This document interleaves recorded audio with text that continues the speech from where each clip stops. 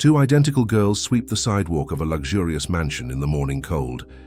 The stepmother watches from afar, demanding, while masking cruelty with elegance and controlled smiles. But something unexpected happens. The millionaire father, absent for weeks, returns unannounced. What he does is shocking. The sun had not yet risen when Olivia and Chiara, identical 7-year-old twins, were awakened by the sound of firm footsteps in the marble hallway.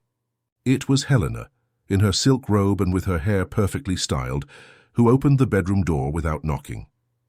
Number 1 and number 2, it's already 5 in the morning. While your father is away, you know the rules. The girls jumped out of bed as if they'd received an electric shock.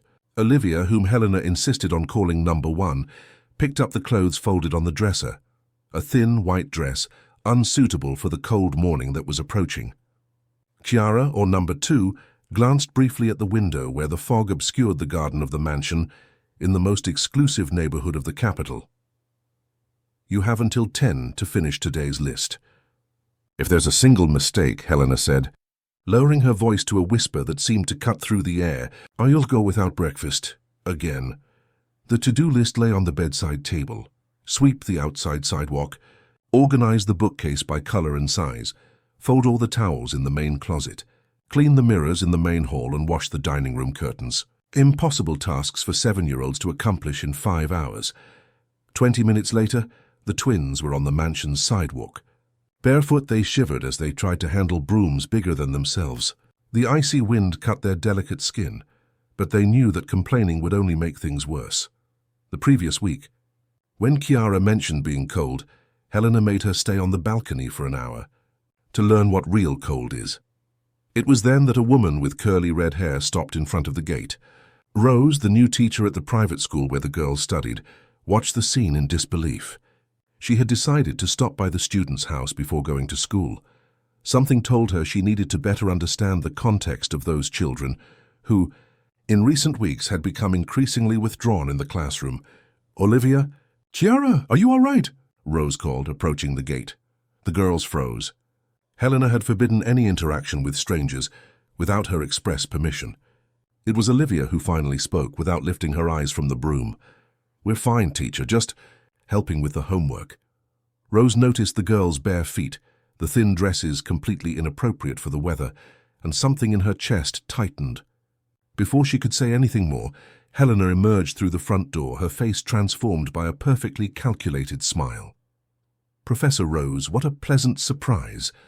Were you just passing by? Rose realized she needed to be careful. Good morning, Mrs. Alliance. Yes, I was on my way to school and thought I'd say hello to the girls. Helena approached the gate, her impeccably manicured nails tapping lightly on the ornate metal. How kind of you. The girls are learning about responsibility while their father is away. Victor believes, as I do, that discipline is fundamental to character development. Rose noticed how the girls seemed to shrink at the sound of their stepmother's voice, even when she used her sweetest tone. I understand, but the weather is particularly cold today, and they... Oh, they just came out. They were wearing coats, but you know how children are, Helena interrupted, waving dismissively. They'll be back inside soon. Actually, if you'll allow me to be frank, I find your interest lovely, but I prefer visits to be scheduled. We have a fairly structured routine here. Before Rose could answer, Helena called the girls. Olivia, Chiara, come and thank the teacher for her visit. She's leaving now. The twins approached, their eyes fixed on the floor. Thank you for the visit, teacher, they murmured in unison, their voices almost inaudible. See you at school later, girls, Rose said, trying unsuccessfully to catch the eye of one of them. As she walked away, Rose glanced back one last time. Helena had already disappeared inside the house, but the girls were back on their brooms, their small silhouettes appearing even smaller against the imposing facade of the mansion. At school, hours later, Rose couldn't get that image out of her head. She watched the twins all morning, how they sat apart from the other students, how Chiara barely spoke, how Olivia startled when someone raised their voice, how they both ate their snacks with a voracity that suggested more than simple childhood hunger. During the art activity, Rose asked the students to draw their houses and families. That's when she noticed something alarming in Chiara's drawing, 2 small figures holding hands, crying under a dark shadow that loomed over them. In the corner of the paper, written in trembling letters, "We are afraid." "Kiara, darling, can you tell me about your drawing?" Rose asked softly, kneeling beside the girl. Kiara's eyes briefly met the teacher's, and Rose saw something there that made her shudder. An emptiness, a deep fear that no child should ever know. "It's just a drawing." "Teacher," Olivia interjected quickly, stepping slightly in front of her sister. "Kiara likes horror stories." Rose realized Olivia was protecting her sister. "I understand. It's very beautiful, Kiara. Can I save it for next week's exhibition?" Kiara nodded slightly, while Olivia seemed to be calculating something in her expression. At the end of the day, when the children had left, Rose stayed behind, watching through the living room window as the twins got into a luxury car. In the front seat was Helena, who didn't look back as the girls quietly settled into the back seat. Rose took Kiara's drawing and put it in her folder. Something was deeply wrong in that house, and she needed to find out what it was, even if it meant confronting one of the most powerful and influential families in the city. What Rose didn't know was that the drawing in her folder would only be the beginning of a battle that would test not only her courage, but also her own professional and personal survival. The following days brought a subtle but noticeable change in the twins' behavior. Rose noticed that Olivia, always the more communicative of the two, now only responded when directly questioned. Kiara, in turn, seemed to have withdrawn even further into her silence, as if building an invisible cocoon around herself. The girls' grades, once exemplary, began to fall. During recess, they remained together in a corner of the playground, watching the other children play, like spectators of a life that did not belong to them. It was during a teachers' meeting that Rose decided to share her concerns. "I'm noticing alarming signs in the Allianz twins," she explained, while her colleagues looked at her with expressions ranging from concern to skepticism. "They're isolating themselves, their grades are dropping, and there are indications of, neglect." Agnes, the school principal, a middle-aged woman with nearly 30 years of experience in the education system, adjusted her glasses on her thin nose. "Rose, we need to be careful with accusations of this nature. The Allianz family is extremely respected. Victor Allianz is one of the biggest donors to our institution." "I'm not making frivolous accusations," Rose insisted. "I saw the girls sweeping the sidewalk barefoot on a freezing morning, wearing inappropriate clothing. They are visibly losing weight. And there's the drawing." She showed Kiara's drawing to the group. There was an awkward silence. "Children draw strange things all the time," commented Felipe, the physical education teacher. "My nephew once drew our family being attacked by dinosaurs. It doesn't mean he actually believed it." "This is different," Rose argued, feeling her frustration growing.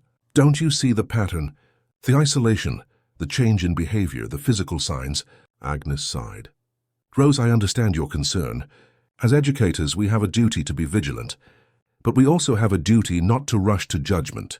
Why don't we schedule a formal meeting with Mrs. Allianz to discuss the girls' academic performance? This would give us the opportunity to observe the family dynamics more closely." Rose agreed, although she felt they were wasting precious time. The meeting was scheduled for the following week, but Helena cancelled twice, citing unavoidable commitments related to charity events she was organizing. When she finally attended, she was accompanied by an assistant who took notes on every word spoken during the meeting. "I appreciate the school's concern," Helena said, her smile not reaching her cold eyes. "The girls are going through an adjustment period. As you know, their mother left us 2 years ago. And with Victor's constant travels, I've been the only parental figure present." Rose observed how Helena spoke about the twins as if they were projects, not children. She described the routine at home with carefully chosen words: structure, discipline, responsibility. But Rose perceived the subtext: control, isolation, fear. "I've noticed they seem tired at school," Rose commented, "like they haven't been getting enough sleep." Helena's smile faltered for a fraction of a second. "Olivia has been having nightmares. I believe they are remnants of the trauma of losing her mother. As for Kiara, she has always been more introverted. And what about food? They often seem ravenous during snack time." "Ah, that's interesting," Helena laughed softly. "We recently consulted a nutritionist. He recommended a lighter diet in the mornings. Perhaps we're in the adaptation period." Each question was answered with a perfectly plausible explanation. To any outside observer, Helena seemed like a devoted stepmother, concerned about the well-being of her stepdaughters, doing her best under difficult circumstances. But Rose saw beyond the facade. She saw the little tics, the micro-expressions, the way Helena spoke about the girls, not to them or for them. At the end of the meeting, as Helena stood up to leave, Rose noticed something that alarmed her even more. The twins were waiting in the hallway, sitting perfectly upright in uncomfortable chairs, hands on their knees, eyes fixed on the wall ahead. They didn't move, they didn't talk, they didn't show any of the natural behavior of 7-year-old children forced to wait for adults. Olivia. "Kiara," Helena called, her tone suddenly higher-pitched, more motherly. "Come and greet Teacher Rose and Principal Agnes." The girls stood up in unison and approached each other with measured steps. "Good afternoon, Professor Rose." "Good afternoon, Principal Agnes," they said. Their voices so similar it was difficult to distinguish who was speaking. "How are you girls?" Rose asked, crouching down to be at their level. "We're fine."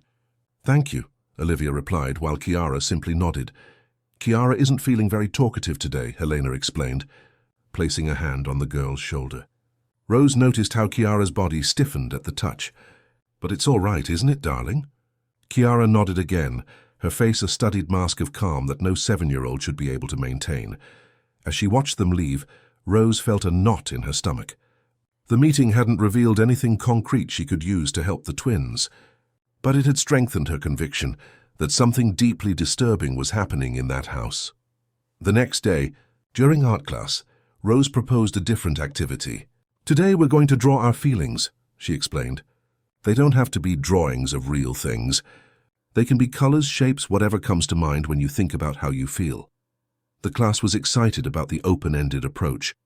The children spread out around the room, some laughing as they discussed which colors they would use. The twins, as always, worked in silence, each in their own corner. Rose circulated around the room, stopping briefly to comment on the work, until she reached Kiara's desk. The girl's drawing made her stop. A black box, small hands pushing from inside, as if trying to get out. At the top of the page, in small trembling letters, "Help." "Kiara, can you tell me about your drawing?" Rose asked softly. The girl looked around, making sure no one was listening. Then, in an almost inaudible voice, she whispered, "It's the closet. When we make a mistake." Before Rose could ask more, Olivia stepped forward, placing herself between her sister and the teacher. "She's talking about the game we invented, teacher," she explained quickly. "Hide and seek in the closet." Rose noticed the protective lie, the way Olivia assumed the role of guardian. "I understand. It's a very expressive drawing, Kiara." At the end of class, Rose discreetly collected the drawing, adding it to the growing folder of evidence she was compiling. She didn't know exactly what she would do with it yet, but she knew she needed to document everything. The following morning, upon arriving at school, she found a notice. The Allianz twins would no longer be attending classes. Helena had decided to homeschool them. The official justification, communicated in a formal letter addressed to the school administration, cited concerns that the school environment did not meet the specific emotional needs of the girls. Agnes called Rose into her office. "I'm sorry, Rose. I know you genuinely care about the girls, but there's nothing we can do. The decision to homeschool children is a parental right." "This is no coincidence," Rose protested. "Helena is isolating the girls because she realized we're watching.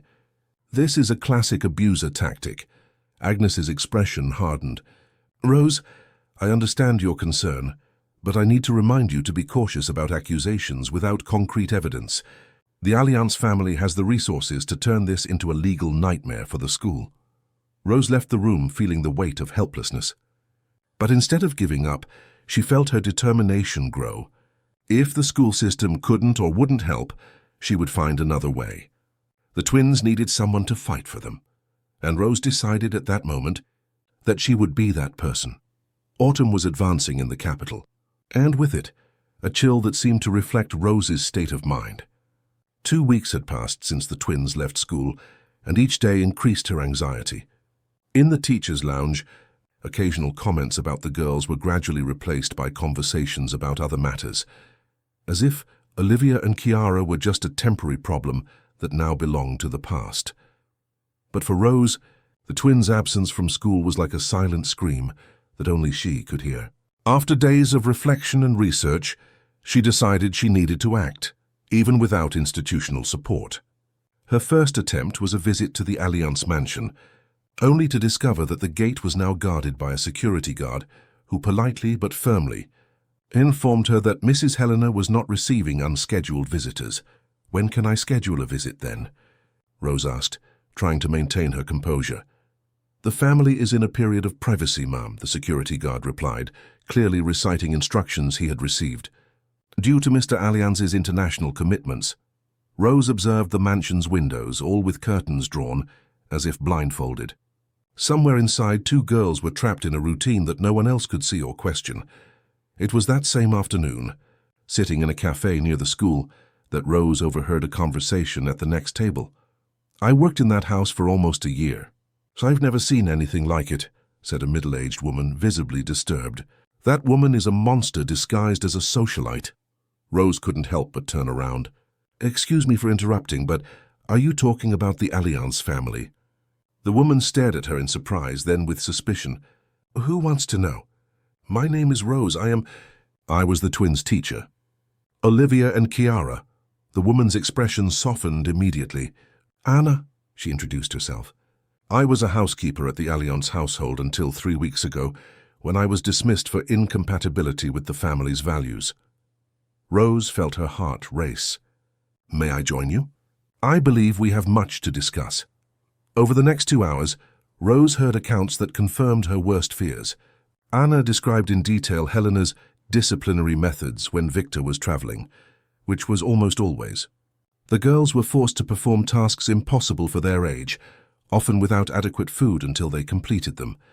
Mistakes were punished with what Helena called reflection time, hours locked in the master bedroom closet, sometimes wrapped only in damp towels, in the dark. She made them stay in absolute silence. Once, little Chiara started crying after 3 hours in there. "Helena increased the punishment to the whole night," Anna recounted, her voice choked with emotion. "The next morning, when I opened the closet to let them out, the girl was in a state of shock. She didn't speak for 2 days. Rose felt nauseous. And her father? Does Victor know about this?" Anna shook her head. "Helena is meticulous. When he's home, everything is perfect. The girls are presented as models of good behavior. And if they make a mistake, she just looks at them in a certain way. They know what will come next when he's gone. Why didn't you report this sooner?" Anna lowered her eyes. "I tried once. I called Child Protective Services. They scheduled a visit, which gave Helena time to prepare everything. The girls were instructed on what to say. The house was spotless. And then, well, Helena found out. I don't know how, but she found out." She paused, swallowing hard. "I was threatened. Not just with a defamation lawsuit, but physically. And I have 2 children to raise alone." Rose understood the woman's moral dilemma. "Do you have any proof? Anything we can use to help them now?" Anna hesitated, then opened her bag. "I took this out on my last day before being escorted out. I knew I needed some evidence in case something worse happened." She handed Rose an envelope. Inside was a photograph, the twins sleeping on the bedroom floor, wrapped in a single thin blanket, while beside them were neatly arranged piles of clothes that had apparently been forced to fold. The clock on the wall read 2:37 a.m. "My God," Rose murmured. "There's more," Anna said, leaning forward. "Helena keeps a diary. She writes everything down. Every infraction the girls commit, every punishment. It's as if she needs to document her own control. She keeps the diary locked in her office drawer." "This could be crucial," Rose said, her mind racing. "I also know that she calls them number 1 and number 2. She even stole their names," Anna continued. "And there's something even more sinister going on. In the last few weeks before my dismissal, I noticed that Chiara was completely mute. Not just quiet, mute. She didn't even speak to her sister." Rose nodded gravely. "Selective mutism. It's a traumatic response." Anna took a deep breath as if gathering courage. "I'm willing to testify if necessary. I took too long to make this decision, and I blame myself for it every day. But those girls, no one deserves to live like this." With Anna's information and the evidence she had already collected, Rose sought out a social worker. Viola was known for her dedication to difficult cases and for not being intimidated by influential families. After examining the drawings, the photo, and listening to the detailed accounts, she agreed that there were sufficient grounds to initiate a formal investigation. It won't be easy, Viola warned. Families like the Alliance have the resources to manipulate the system, but we will follow all protocols. If there is abuse, we will document it and take action. The first visit from the Guardianship Council to the Alliance mansion took place 3 days later. Rose anxiously awaited news, which arrived via a call from Viola late in the afternoon. It was just as Anna predicted, Viola said, her voice tense. Helena was prepared. The house looked like it came straight out of a decorating magazine. The girls were well-dressed, articulate. Or rather, Olivia was. Chiara didn't speak, but Helena explained that she's in therapy for social anxiety. "And you believe that?" Rose asked, incredulous. "Of course not. But we need more than suspicions, Rose." The girls were interviewed separately. Olivia denied any wrongdoing. When questioned about the drawing, she said it was just part of a story she was creating. She's protecting her sister, and probably herself as well. "Yes, I noticed that." As for Chiara, she really doesn't speak. We've tried in various ways, but she just looks at her hands. We asked her to write, and she only wrote, "Everything is fine, we like staying at home." Rose felt a lump in her throat. They're scared. Helena must have made it clear what would happen if they told the truth. "We will continue the process," Viola assured. "I requested an independent psychological evaluation, and we are checking Helena's professional history, her finances, anything that can give us more context." The following morning, Rose received an unexpected call. It was Agnes, the school principal, her voice tense and formal. "Rose, I need you to come to my office immediately." When she arrived, Rose found not only Agnes, but also the school lawyer and Helena Alliance, seated like a queen on her throne, her cold eyes fixed on her. "Miss Rose," Helena began, her tone falsely sweet, "I understand that you have been spreading serious accusations about my family." Agnes intervened, visibly uncomfortable. "Helena has filed a formal complaint against you, Rose. She alleges harassment, defamation, and inappropriate obsession with her daughters." "Stepdaughters," Rose corrected automatically. "And there's nothing inappropriate about my concern for the well-being of 2 children who show all the signs of emotional abuse." The school's lawyer cleared his throat. "Miss Rose, Ms. Alliance brought to our attention that you visited her residence uninvited, contacted former employees seeking negative information, and initiated a social services investigation based on children's drawings." "I am fulfilling my legal duty as an educator," Rose argued, maintaining her composure. "We are legally obligated to report suspected abuse." "Unfounded suspicions," Helena interrupted, her voice now icy. "Based on the fanciful interpretations of a professor, with no qualifications in child psychology. You are disrupting the emotional recovery of my girls, who are still dealing with the trauma of losing their mother." Agnes seemed conflicted. "Rose, you know I support protecting our children, but Helena has presented troubling evidence." "What evidence?" Helena opened a folder. "Emails you sent to various agencies talking about me and my daughters. Records of repeated calls to my residence. And this?" She slid a piece of paper across the table. It was a manipulated photo of Rose observing the Alliance mansion from afar, clearly altered to appear as a form of obsessive surveillance. "This is fabricated," Rose protested. "The school cannot get involved in this conflict," Agnes finally declared. "Rose, we are placing you on administrative leave until this matter is resolved." Rose felt her blood run cold. This was exactly what Helena wanted, to remove anyone who could help the twins. "You're making a terrible mistake," she said, standing up. "Those girls need help." "My daughters have all the support they need," Helena replied, a cold smile on her lips. "From qualified professionals, not from frustrated teachers with fantasies of heroism." Upon leaving the school, Rose realized that Helena was employing the same strategy she had used with Anna: isolation and discrediting. But unlike the former governess, Rose had no children to protect, nothing to lose. And above all, she had the truth on her side. What she didn't know was that the battle was only beginning, and that Helena Alliance was prepared for much more than administrative threats. The days turned into weeks. And autumn gave way to the first winds of winter. Rose, away from school, felt increasingly isolated. Calls to classmates went unanswered. Invitations to social events ceased abruptly. The silence around her grew like an invisible fortress, meticulously built by Helena. On a particularly cold morning, Rose received a letter from the school administration. Her temporary leave had been extended indefinitely, pending psychological evaluation, a recommendation made by the school board after new evidence of obsessive behavior. Sitting in her small apartment, staring at the formal letter bearing the logo of the school, where she had dedicated 5 years of her life, Rose finally understood the extent of Helena Allianz's power. It wasn't just about money or social influence. It was about systematic manipulation, about rewriting reality so that the victim appeared guilty and the perpetrator. The victim, the same thing she does with the twins, Rose murmured to herself, distorts everything until they doubt their own sense of reality. Determined not to let isolation get the better of her, Rose arranged a meeting with Viola, the social worker. They chose a cafe downtown, far from the upscale area where the Allianz family hung out.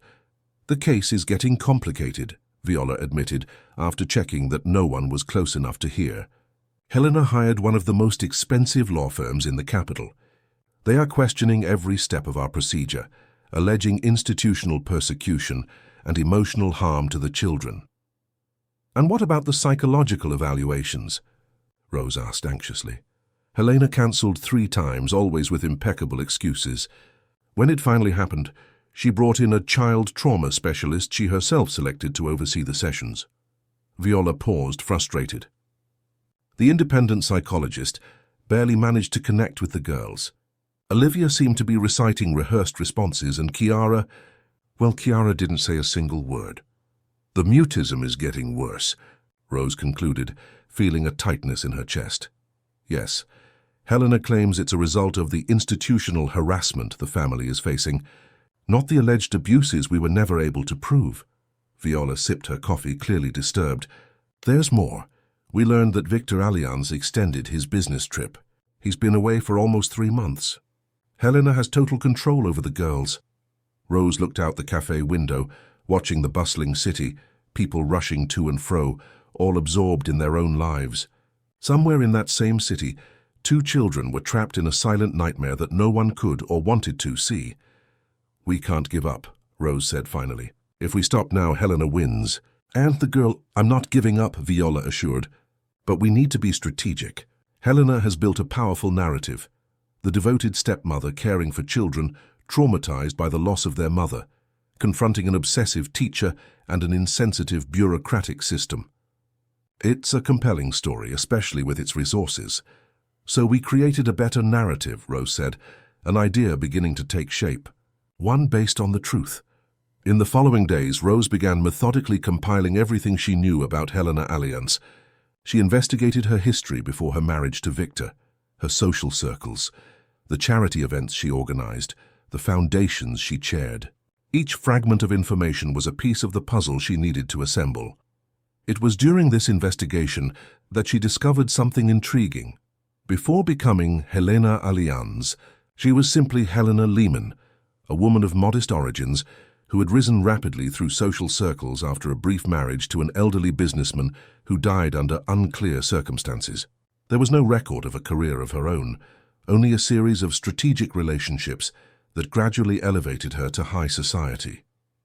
Rose also found accounts from former employees of other residences where Helena had lived, all describing a meticulously controlling person who oscillated between captivating charm in public and calculating coldness in private. Armed with this information, Rose sought someone who could help her build a stronger narrative. That's when she met Marco, an investigative journalist who had published a series of reports on abuse in elite families. "What you have is circumstantial," Marco explained after hearing Rose's entire account.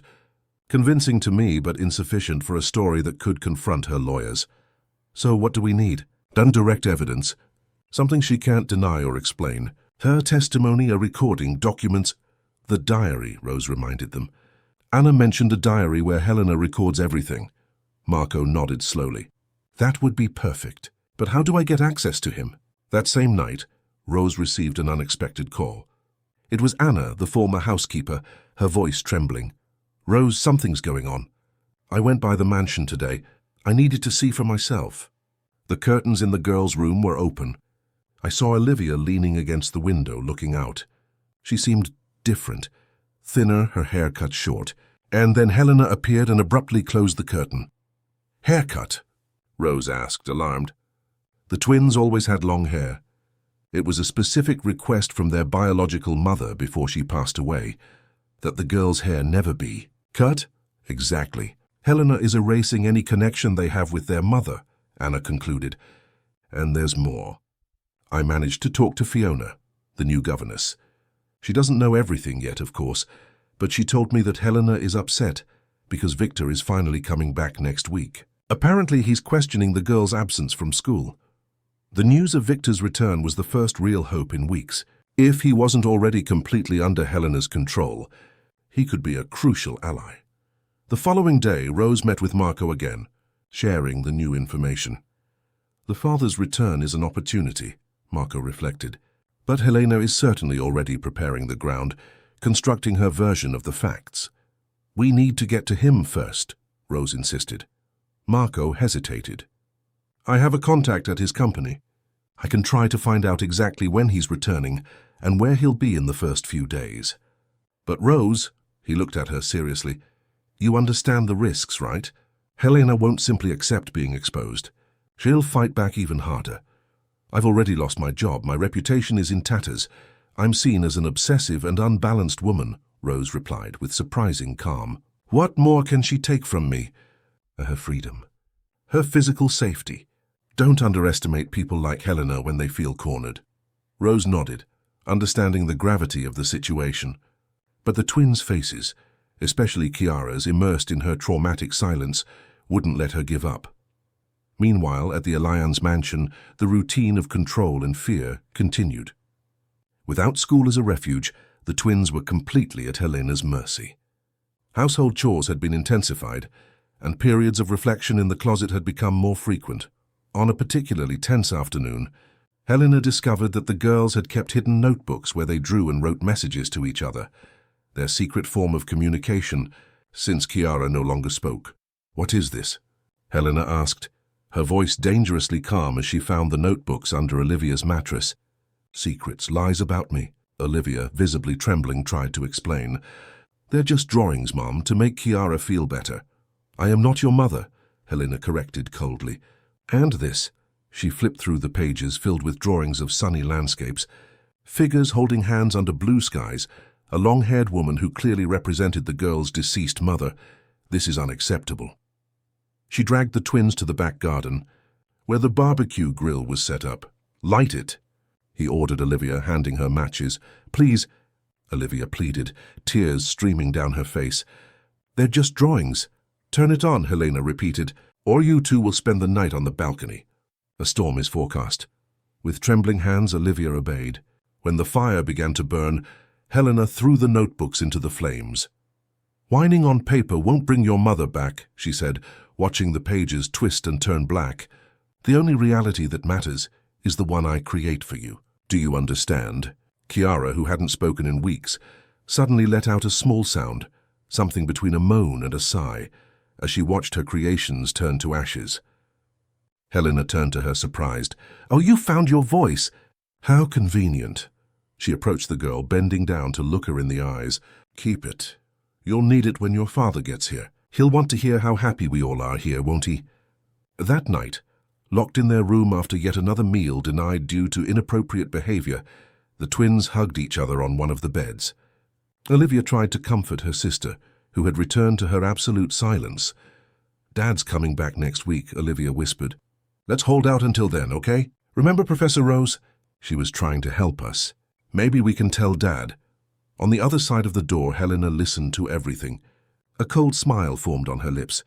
Victor would be in her hands within hours of her return, just as he always had been. And as for the meddling teacher, well, Helena had special plans for her. What Helena didn't know was that her plans were about to encounter an unexpected obstacle, because while she was listening to the twins, Anna, the former housekeeper, was revealing to Marco audio recordings secretly made during her last days at the mansion. Recordings that captured Helena Allianz's true face. The recording was disturbing in its calculated coldness. Helena's voice, captured during one of the disciplinary sessions with the twins, reverberated through Marco's office while Rose, Anna, and Viola listened in stunned silence. These girls are not mine. They are an expensive burden that I need to manage to maintain my lifestyle. Marco paused the audio.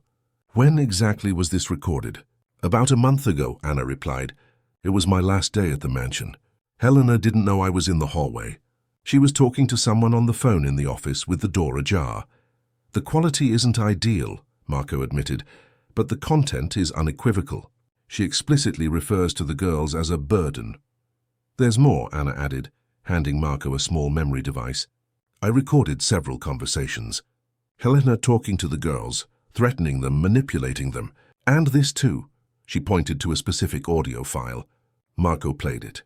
If you keep crying, you lose the right to speak to your father. Do you understand, Chiara? One single sound and you'll never see Victor again. I have enough power to send you to a boarding school abroad, where you'll spend the rest of your childhood. Is that what you want? Rose closed her eyes, feeling a mixture of horror and validation. Finally, there was concrete proof of the psychological abuse. Why didn't you deliver this sooner? Viola asked, her expression torn between gratitude and frustration. Anna lowered her gaze. Fear, Helena has contacts everywhere. I didn't know who to trust, and there were the threats. Not just against me, but against my children. She took a deep breath. But I can't live with myself anymore, knowing what's happening in that house. Especially now that Chiara has stopped talking. Marco's expression changed drastically. This changes everything. Now we have direct evidence, not just allegations or interpretations. I can start preparing a report based on this. We don't just need to expose Helena in the media, Viola interjected. We need to ensure the girls' safety. With these recordings, I can request an emergency protection order. And what about the father? Rose asked. Anna mentioned he would be coming back. If he really doesn't know the extent of the abuse, we need to reach him before Helena ensnares him in her web of lies, Marco concluded. My contact confirmed. Victor Allianz returns tomorrow. He has a meeting at the company's headquarters at 2 p.m. A plan began to take shape. Viola would use the recordings to request a restraining order, while Marco would prepare a detailed investigative report, but keep it on hold, a form of insurance in case the legal system failed. Rose and Anna would try to contact Victor directly, presenting the evidence before he arrived home. What none of them expected was what happened the following morning. Rose was getting ready for her date with Victor when her phone rang. It was Marco, his voice urgent and excited. Turn on the television now. Channel 12. Rose obeyed, only to see Helena Allianz's face fill the screen. She was giving a live interview to a popular morning show. Beside her, a journalist smiled sympathetically as Helena, with tears in her eyes, spoke about the challenges of raising two girls traumatized by the loss of their mother. And then we discovered that one of the teachers had developed a disturbing fixation on the girls, Helena said, her voice trembling with perfectly calibrated emotion. She started showing up at our house, following us, even contacting former employees to spread lies about our family. How awful, the presenter commented, her indignation clearly directed at Rose, not Helena. How are the girls coping with this? Chiara developed selective mutism, Helena revealed, a solitary and studied tear running down her perfectly made-up face. The doctors say it's a direct result of this harassment. That's why I had to take them out of school, to protect them. Rose watched in horror as Helena effectively rewrote reality on national television, transforming herself into a victim and turning Rose into an obsessive stalker. That's brilliant in a wicked way, Marco commented on the phone. She's controlling the narrative before we can even present our evidence. We need to act now, Rose decided. Today. Meanwhile, at the Allianz mansion, the twins watched their stepmother's interview on the living room television, forced by Helena to witness her performance. Olivia watched with critical eyes, already capable, even at 7 years old, of recognizing elaborate lies. Chiara, on the other hand, kept her gaze fixed on her own hands, refusing to look at the screen. See how it works, Helena said when she returned and turned off the television. Notice the power of controlled narrative. Now, even if that meddling teacher tries something, No one will believe her. The following hours were a race against time. Rose and Anna drove to the office building where Victor was to have his meeting. Viola filed an urgent restraining order, attaching the recordings as evidence. Marco worked feverishly on his report, now with a renewed sense of urgency. In the elegant lobby of the office building, Rose and Anna waited nervously.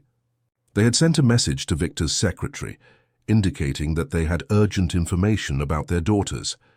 Now they could only hope that he would agree to see them. After almost 2 hours of waiting, the secretary approached. "Mr. Alliance will be able to meet with you for exactly 10 minutes before your next meeting." In his spacious top-floor office, Victor Alliance was the picture of a successful businessman. Tall, elegantly dressed, with graying hair at the temples that lent him an air of authority. His face, however, showed signs of weariness and worry that his impeccable suit could not disguise. "Miss Rose, isn't it?" he said, indicating the chairs in front of his desk. Helena mentioned that the school had dismissed an obsessive teacher. "I imagine that's you." Rose maintained her composure. "Mr. Alliance, I came because I am deeply concerned about your daughters. And no, I'm not obsessive. I'm just someone who saw alarming signs and can't stay silent." Victor studied Rose for a few seconds, then looked at Anna. "And you are?" "Anna, sir. I was a housekeeper in your home for almost a year. I was fired a few weeks ago." Victor frowned. "Helena said you resigned suddenly." "No, sir. I was fired after questioning the disciplinary methods your wife uses with the girls when you are traveling." A tense silence settled in the office. Victor looked from one to the other, his expression unreadable. "What exactly are you suggesting?" Rose was direct, that your daughters are suffering systematic psychological abuse, that Helena treats them cruelly when you are not present, that Chiara developed selective mutism, not because of alleged persecution by me, but as a result of the trauma she experiences daily. Victor stood up, visibly disturbed. "These are very serious accusations." "And we have evidence," Rose replied, gesturing to Anna, who placed the memory device on the table. For 20 minutes, well beyond the 10 initially granted, Victor listened to the recordings, his face transforming from skepticism to shock and finally to something close to horror. When the last recording ended, he was pale. "When were they made?" he asked, his voice hoarse. "In the last few weeks before my resignation," Anna replied. "Always when you were traveling." Victor pressed a button on his phone. "Cancel my upcoming meetings." "All of them." He turned to Rose and Anna. "There's more, isn't there?" "I want to know everything." "Absolutely everything." During the following hour, Rose and Anna detailed their observations. The exhausting tasks imposed on the girls, the food deprivation as punishment, the nights in the closet, the increasing social isolation, the girls' withdrawal from school, the smear campaign against Rose, and most disturbingly, Chiara's psychological deterioration, who had completely stopped speaking. Victor listened, occasionally asking questions, his expression alternating between anger and deep guilt. "How could I not have noticed?" he finally murmured, more to himself than to them. "How could I have been so blind?" "Helena is extremely skilled at manipulation," Rose explained gently. "She presents a perfect version of reality when you're around. And I've been absent too long," Victor concluded, the guilt evident in his voice. "Since Fiona, my wife, my first wife," he quickly corrected himself. "Since she left us, I've thrown myself into work. I thought Helena would be a blessing, someone who would take care of the girls while I couldn't face the pain. It's not too late to protect them," Rose assured. "But we need to act quickly, especially because Helena gave an interview today portraying herself as a victim," Victor finished. "I saw it on my phone on the way to the airport." He looked at Rose. "She painted you as some kind of obsessive stalker. Part of her strategy. To discredit anyone who poses a threat." Victor took a deep breath and made a decision. "I'm going home now. I'm going to confront her with these recordings." "This could put the girls at risk," Anna warned. "Helena might react unpredictably if she feels cornered." "I agree," Rose added. "Social worker Viola is requesting a protective order based on this evidence. If we can wait," Victor shook his head. "I can't wait knowing my daughters are suffering right now." "But I understand your concern." He thought for a few moments. "I'll do this. I'll go home, but I won't confront Helena immediately. I'll observe, try to see for myself. And I'll call you as soon as I'm sure the girls are safe." Meanwhile, at the courthouse, Viola was facing a bureaucratic battle.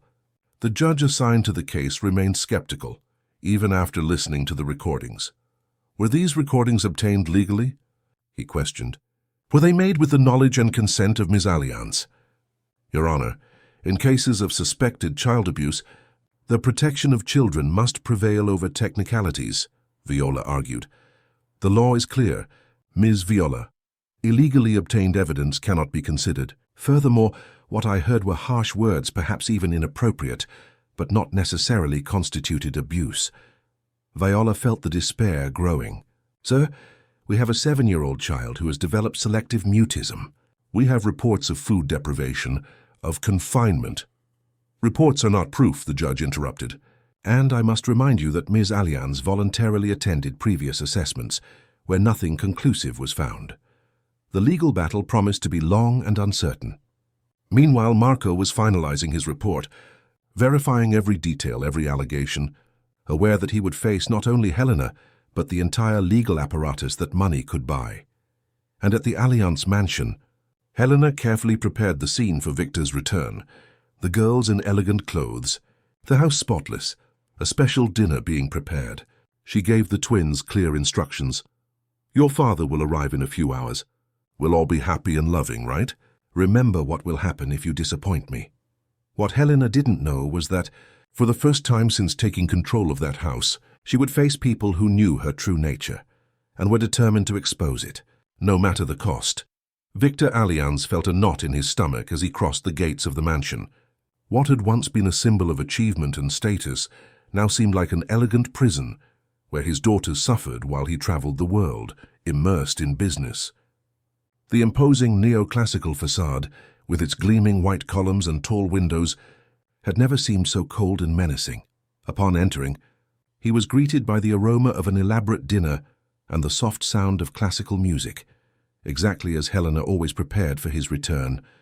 The studied perfection of the scene made him observe everything with new eyes, questioning how much of it was authentic and how much was a carefully constructed facade. "Victor! Darling!" Helena appeared in the hall, dazzling in a navy blue dress, her smile deliberately warm. "I missed you so much." She reached out to hug him, but something in Victor's expression made her hesitate. "The girls?" he asked, his voice deliberately neutral. "In the bedroom getting ready for dinner. They're so eager to see him," Helena replied, studying her husband's face. "Is something wrong?" "You seem tense." Victor forced a smile. "Just tiredness from the trip. I'll see the girls before dinner." Helena made to follow him, but he raised a hand. "I'd like a moment alone with them, if you don't mind." A faint shadow crossed Helena's face. "Of course, darling. I'll be in the living room overseeing the final details of dinner." Victor climbed the stairs, feeling the weight of his own negligence.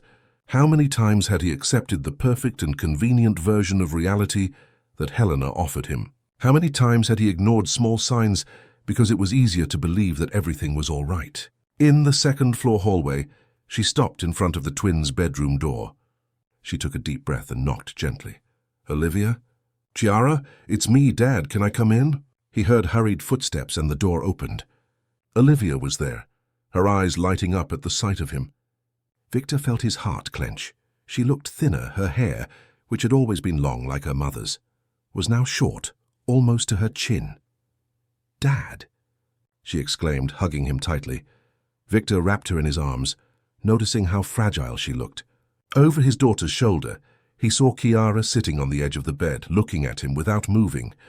Her hair was also short, and there was something in her eyes, an emptiness, an absence, that deeply alarmed him. He knelt before Olivia, holding her small hands. "I missed you both so much."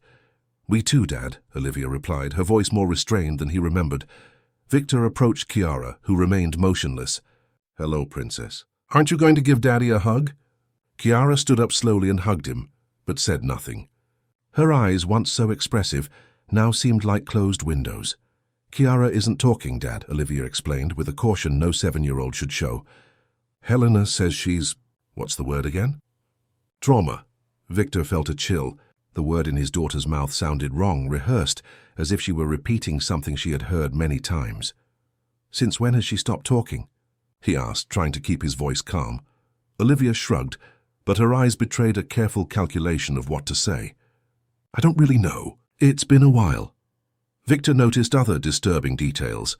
The almost military-like organization of the room, the absence of the toys and drawings that used to be scattered around, the way they both seemed constantly alert, as if expecting some danger. Are you enjoying studying at home? He asked casually, carefully observing their reactions. Olivia glanced quickly at the door as if checking to see if they were truly alone. It's different. Do they miss school? Their friends? Teacher Rose? When Rose's name was mentioned, Victor saw something change in Olivia's face, a flicker of recognition, perhaps even hope. But it was quickly replaced by a neutral, controlled expression. Helena says that Professor Rose is a bad person, she said carefully. That she wanted to hurt us. And you believe that? Olivia lowered her eyes. I don't know. She seemed nice. At that moment, Helena appeared in the doorway. Dinner is ready, dears. Olivia, Chiara, wash your hands, okay? Victor observed how the girls immediately stirred at the sound of Helena's voice, not with the natural excitement of children eager for dinner, but with the programmed efficiency of those who fear the consequences of any delay. During dinner, Victor observed the dynamics with heightened attention. Helena dominated the conversation, recounting the girls' activities with studied enthusiasm, as if reading from a rehearsed script. Olivia occasionally confirmed with nods or monosyllabic answers. Chiara simply ate in silence, her eyes rarely leaving her plate. Don't they look amazing with their new haircuts? Helena commented at one point. I thought it was time for a change, something more practical and modern. Victor remembered his late wife's specific request, that the girls keep their hair long until they decided to cut it themselves. It was a sentimental wish, a family tradition that Fiona cherished. It was quite a dramatic decision, he observed. Did the girls ask for it? Helena chuckled softly. You know how children change their minds. One day Chiara mentioned that she thought short hair was pretty, and Olivia, of course, wanted to imitate her sister. Victor noticed the tension on Olivia's face, the obvious lie she was being forced to maintain. He felt a growing anger, but knew he needed to stay calm, to stick to the plan. After dinner, when the girls were sent to their room to give the adults privacy, Helena served wine in the office. You've been acting strangely since you arrived. Victor, she remarked, handing him a glass. Did something go wrong with your trip? Victor took a small sip, watching Helena over the rim of his glass. I had a visitor today. Rose, the girl's former teacher, and Anna, our former governess. Helena's face betrayed no emotion except for a slight narrowing of her eyes. I understand. I'm sorry you were exposed to that kind of harassment. I should have mentioned it sooner. Those women developed a disturbing fixation on the girls. Rose was expelled from school for obsessive behavior, and Anna, well, she was stealing. Stealing, Victor repeated as if considering the information. Interesting. No formal charges have been filed. I preferred not to involve the police for discretion's sake, but I fired her immediately, of course. Victor placed the glass on the table and took the small memory device from his pocket. They brought me something I think you should hear. Helena looked at the device with studied calmness. What could this be? Recordings. From you, Helena. Talking about the girls. Talking to the girls. The silence that followed was thick, heavy with tension. Helena kept her gaze fixed on Victor, her expression unreadable. So you chose to believe strangers instead of your wife, she said finally, her tone shifting to something colder, more calculated. Interesting. I'm not choosing to believe anyone yet, Victor replied calmly. I'm just searching for the truth. That's why I came back early without warning. To see for myself. And what did you see, Victor? A well-kept house? Children fed and clothed?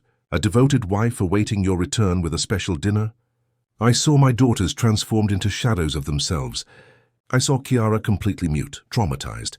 I saw Olivia trying to protect her sister, carrying a weight that no child should have to bear.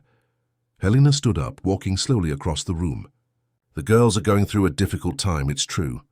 The grief over their mother, the adjustment to our new family. And now this obsessive pursuit by an unbalanced teacher. It's natural that they're affected. And the hair? Victor asked. You knew how much it meant to Fiona that they kept their hair long. Helena shrugged.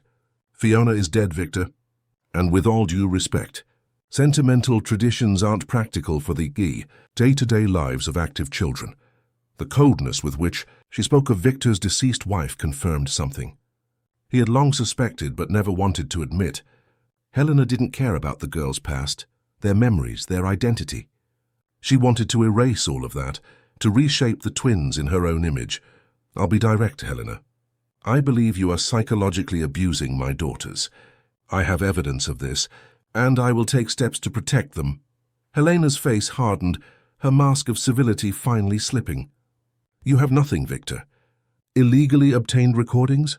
Accounts from women with obvious mental disorders? Against my impeccable reputation, my history of charitable work, my public role as a devoted stepmother. She approached, her voice lowering to a menacing whisper. Think carefully about what you're doing. If you decide to confront me, it won't be a clean fight. I have connections you can't even imagine, information about your business that could destroy everything you've built. Are you threatening me? I'm just reminding you of the practical realities of our situation. Helena smiled, a cold smile that didn't reach her eyes. After all, who do you think a judge will believe?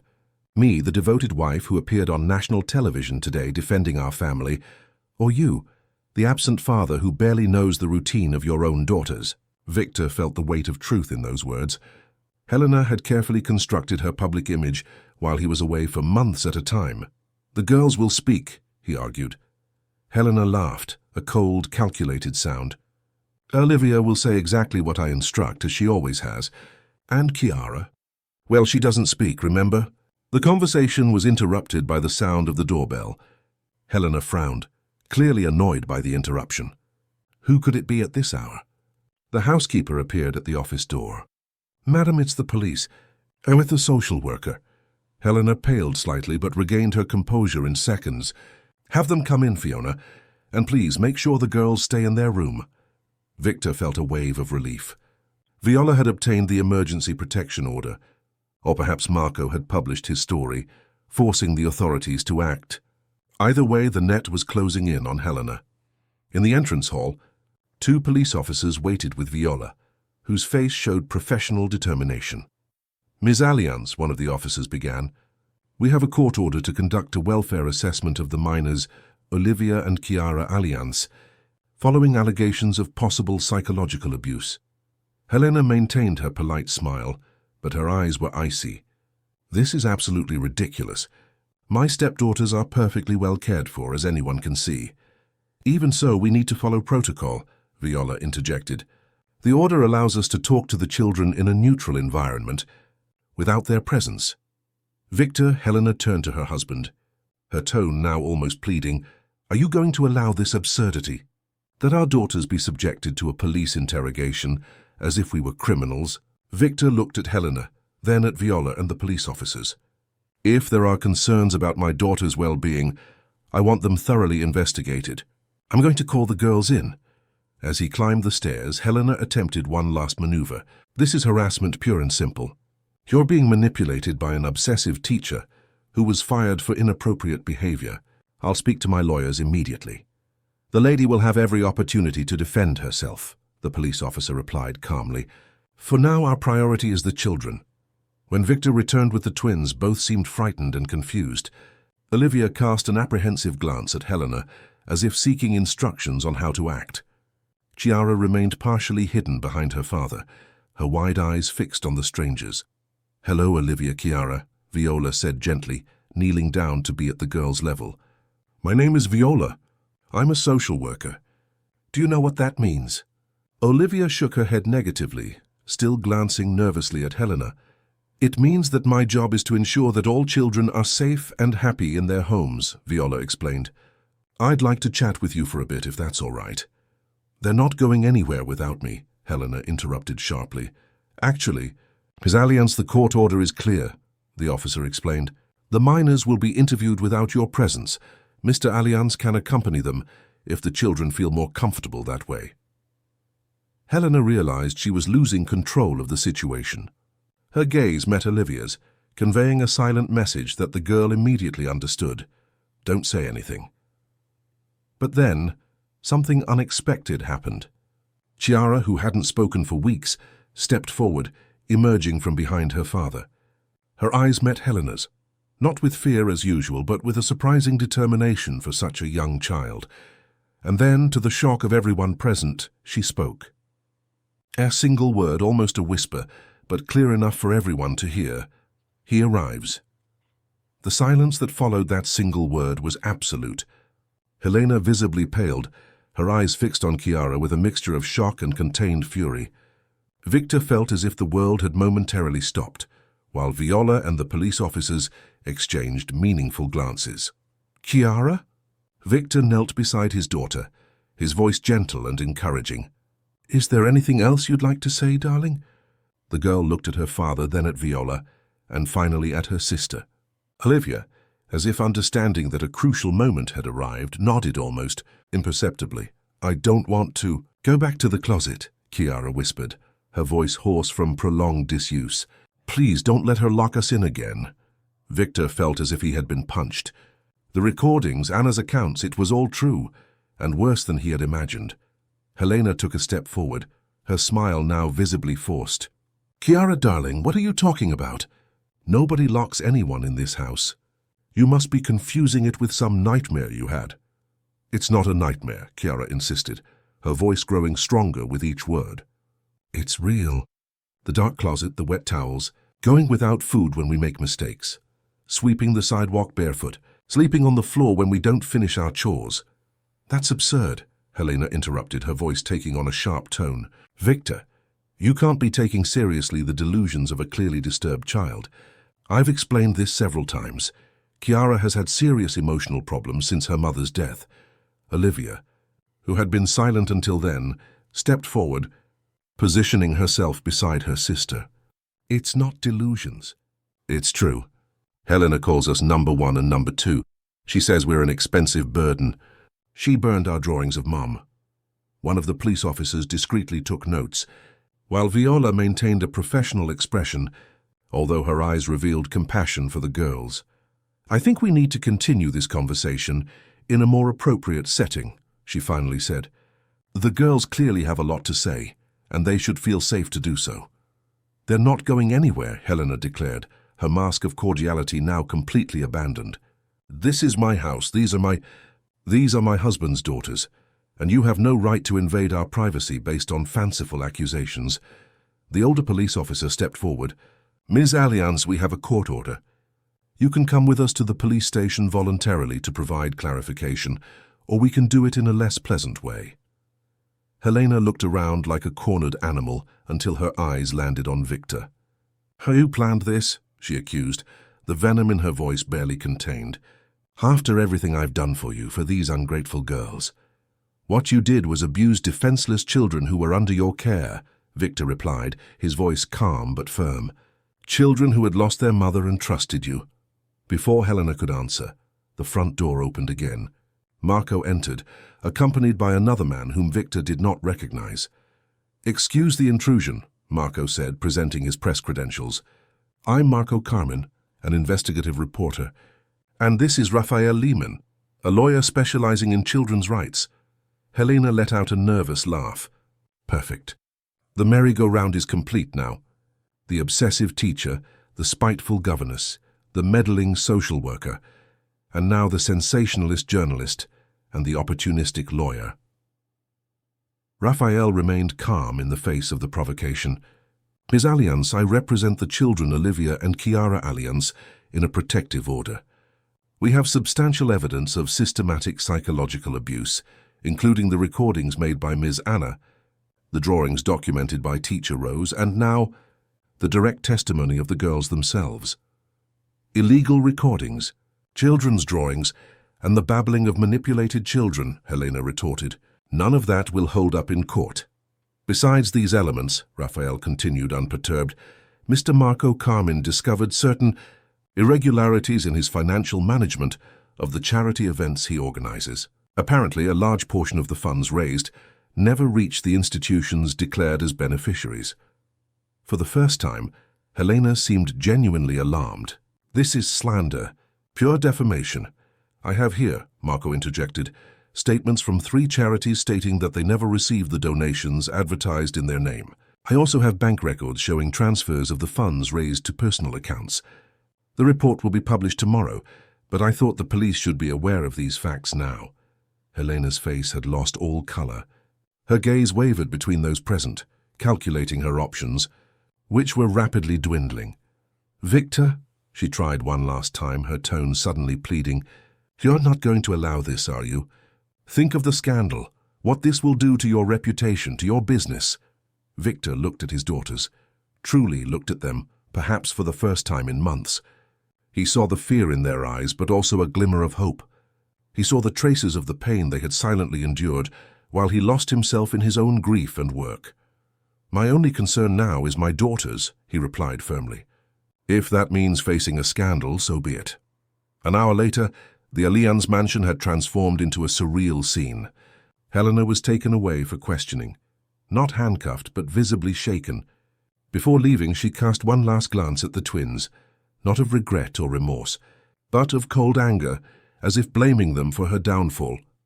Victor, following Raphael and Viola's advice, agreed that it would be best for the girls to stay temporarily in a neutral location while the situation was resolved. Lar Horizonte, a shelter specializing in children with trauma, offered adequate facilities and trained professionals to provide the necessary psychological support. "They can't simply return to their routine in the mansion as if nothing happened," Raphael explained gently. "The environment is fraught with traumatic memories. Furthermore, a complete psychological evaluation is crucial to document the damage and plan the appropriate treatment." Although the separation was painful, Victor understood that it was the most responsible decision. "For how long?" he asked, while helping the girls pack a small bag with clothes and personal belongings. "A few weeks, probably," Viola replied. "It will depend on the psychologist's assessment and the progress of the legal process." Victor knelt before his daughters. "You understand that this is temporary, right? It's just to make sure you're both okay, really okay, before we start living together again." Olivia nodded solemnly. "Will we be able to visit you?" "Of course," Victor assured her, swallowing the lump in his throat. "I'll visit you every day, and when the doctors allow, you can come see me too." "And what about Professor Rose?" Chiara asked, her voice still hesitant, as if she were relearning how to use it. "Is she going to visit us too?" The mention of the teacher surprised Victor. "If you'd like, I'm sure she'd be happy to visit." The twins exchanged a look that contained years of silent communication. Before Chiara continued, she was the only one who saw. "What did you see, darling?"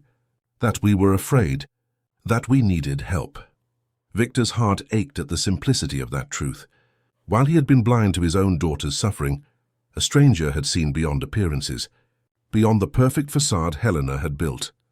That night, after the girls left with Viola for Lar Horizonte, Victor found himself alone in the enormous mansion that had never seemed so empty. Rose, Marco, Raphael, and Anna had met with him briefly to discuss the next steps, but now they were all gone, leaving him with his thoughts and his guilt. Walking through the silent rooms, Victor arrived at the twins' bedroom.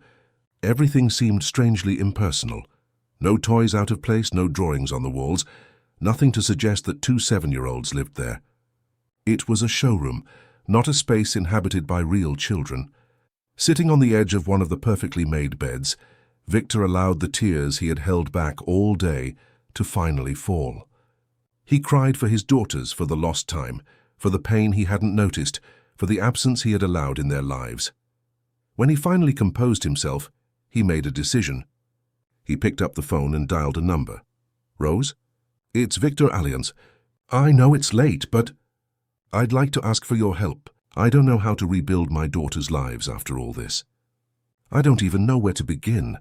On the other end of the line, Rose hesitated for only a moment. "It starts with acknowledging that they need help. You've already taken that step." "It's not enough," Victor admitted. "I've failed them in so many ways." "The important thing is that you're here now," Rose replied gently. "And yes, I'll help in any way I can." The following morning, Marco's story made the front page of the capital's main newspaper. Socialite accused of child abuse and fraud at charity events. The story detailed not only the abuse suffered by the twins, but also the embezzlement scheme that Helena had orchestrated for years. using her image as a devoted stepmother and generous philanthropist as a front for illicit enrichment. The case quickly gained national attention. Other victims of Helena began to come forward. Former employees who had been intimidated into silence, charities that had questioned donations, not received only to be threatened with lawsuits, even former partners who reported similar manipulative behavior. Meanwhile, at La Horizonte, the twins began their long recovery process. Chiara, although she had regained her speech, still struggled with episodes of mutism when she felt threatened or insecure. Olivia, in turn, showed signs of severe anxiety and a highly developed sense of responsibility for her sister. During the visits, Victor noticed small changes. Gradually, smiles became more frequent, conversations more natural. The therapy sessions, initially difficult, began to yield visible progress. Guy, reinstated to her position at the school after the truth came out, visited the girls regularly, bringing books, games, and, most importantly, a consistent and affectionate presence. On one of these visits, Chiara finally asked something that clearly bothered her. "Why, didn't you give up, even when everyone told you you were wrong?" Rose considered the question with the seriousness the child deserved. "Because I saw something in both of your eyes. Something that told me you needed help, even when you couldn't ask for it with words." "We were invisible to everyone," Olivia commented.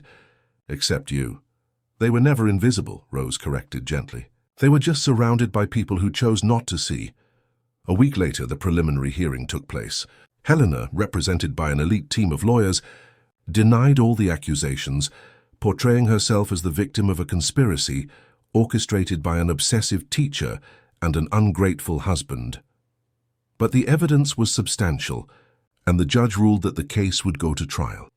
At the end of the hearing, as Helena was being escorted out, she passed close to Victor. "This isn't over," she murmured, her tone icy. "You have no idea what you've unleashed." Victor didn't answer. Helena's threats no longer had any power over him. His only concern was rebuilding a safe home for his daughters, a real home, not the gilded prison the mansion had become. 3 months had passed since the night Helena Allianz left the mansion, escorted by the police.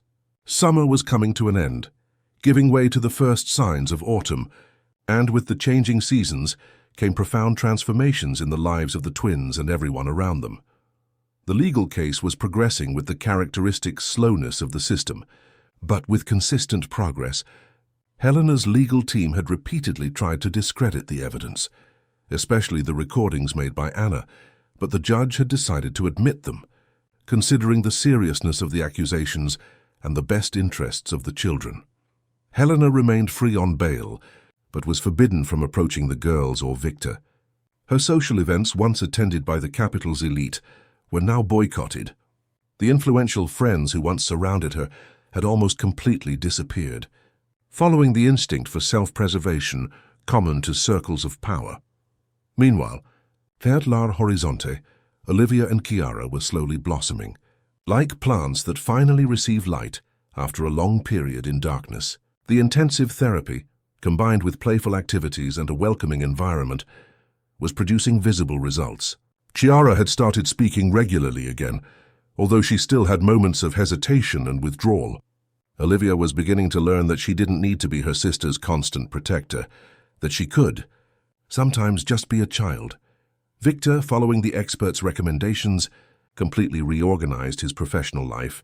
He drastically reduced his travel, delegated responsibilities, and began working predominantly from home.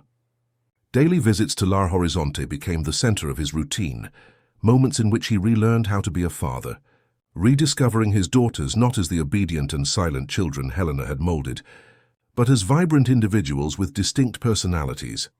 On a particularly significant afternoon, the twins received a special visit at the orphanage. Rose arrived accompanied by Agnes, the school principal who, after the truth came out, had felt deeply guilty for not having given more credence to the teacher's concerns. "Olivia, Chiara," Agnes began, visibly emotional.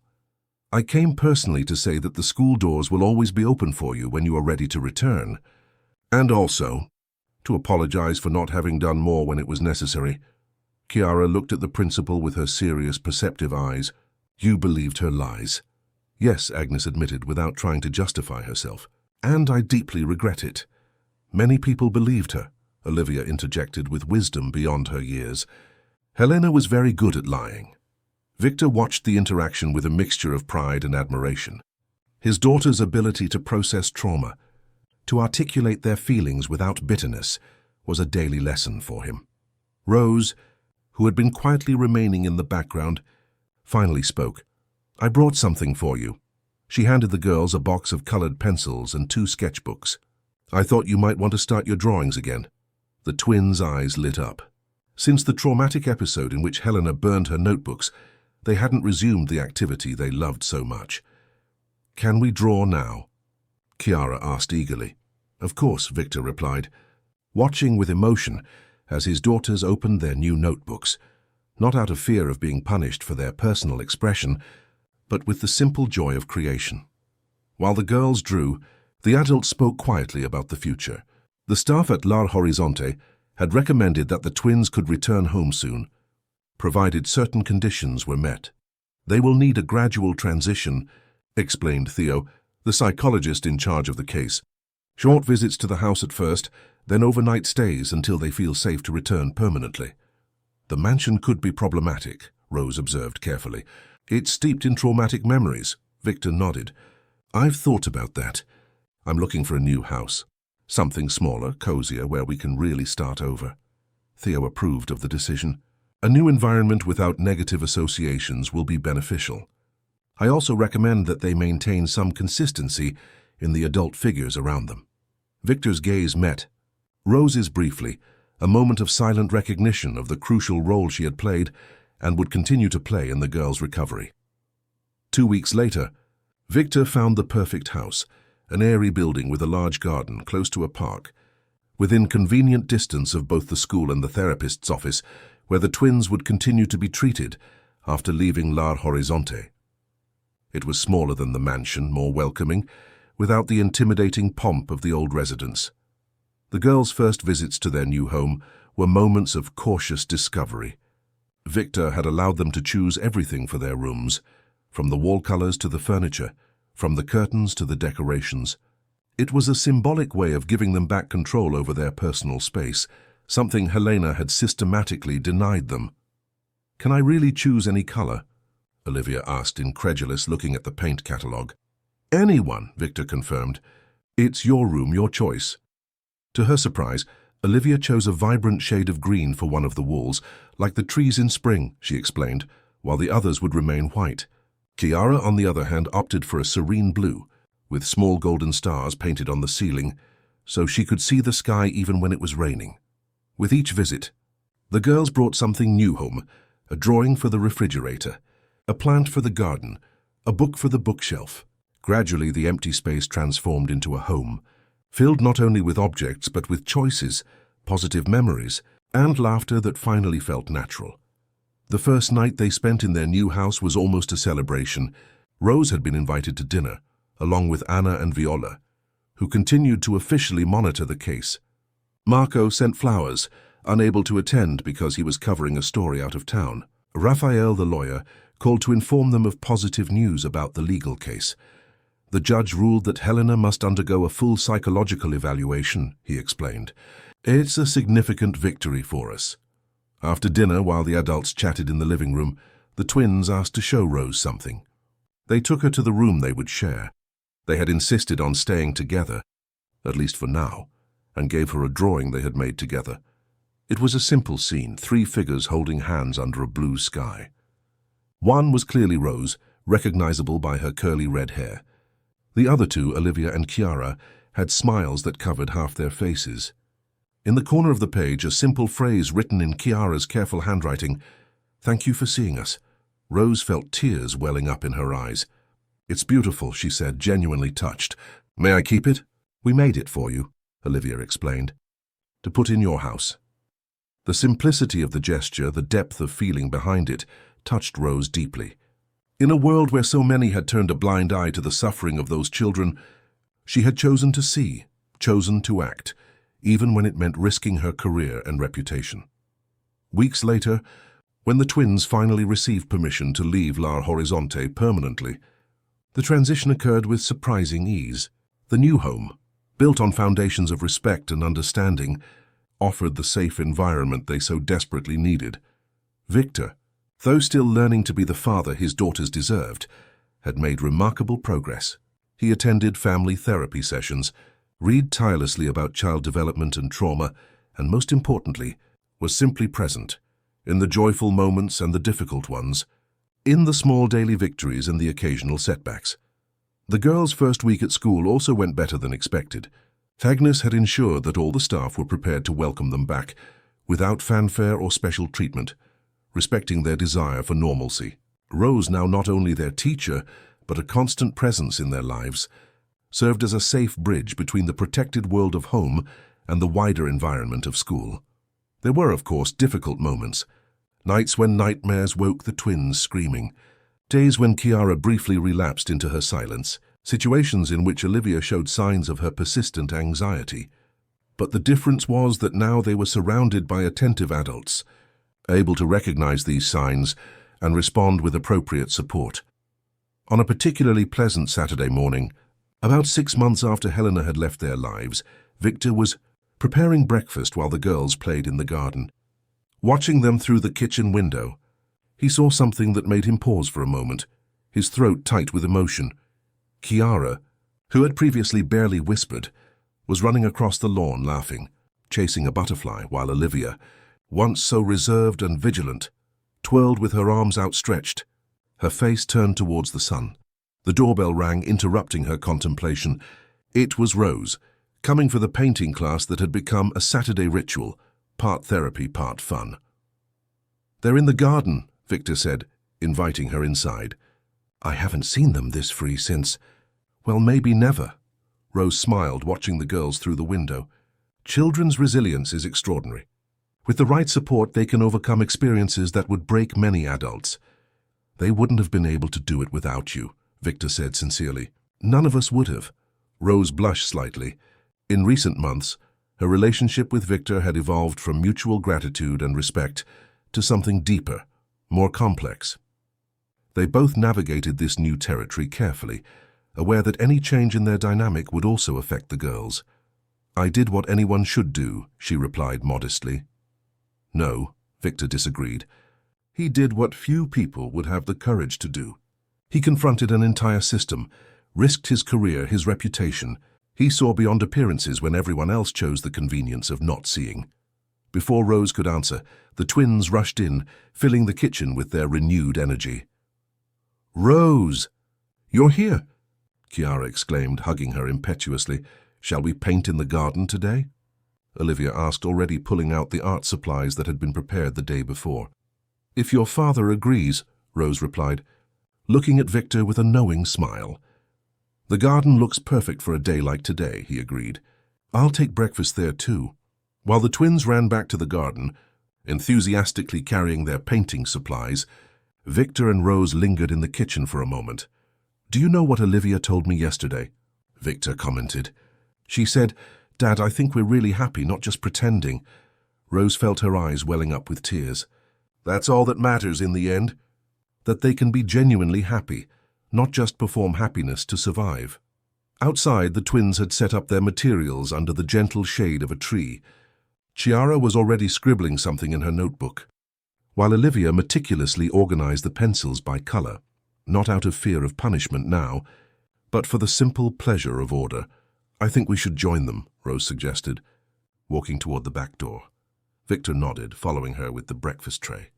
Watching Rose interact with her daughters, her natural gentleness, the way she genuinely listened to them, the respect she showed for their individuality, he felt a wave of gratitude and something more, something he had only recently allowed himself to acknowledge. The case against Helena was proceeding through the judicial system. Investigations into the financial irregularities had revealed a scheme even more extensive than initially suspected. The trial would be long and possibly painful, eventually requiring the twins to testify, but that was a matter for another day. Today, on this perfect sunny Saturday, there was only this: two girls rediscovering the joy of simply existing without fear, a father relearning how to be truly present, and a woman whose moral courage had initiated the transformation they were now witnessing. As she sat on the grass between Olivia and Chiara, accepting the paintbrush they offered her as if it were the greatest of gifts, Rose reflected on the extraordinary journey that had brought them there, on how a simple act, that of truly seeing beyond appearances, of refusing to ignore signs of suffering, could trigger a cascade of changes that altered lives forever. Chiara held up her notebook, showing the drawing she had just begun, a portrait of the new family they had become, imperfect, still healing but genuine in their connection. "What do you think?" Rose asked, her eyes shining with newfound confidence. Rose looked at the drawing, at Chiara, at Olivia and Victor, this new constellation of people united not by blood or obligation, but by choice, courage and mutual care. "I think it's the perfect beginning to a very beautiful story," she replied, knowing in her heart that it was true.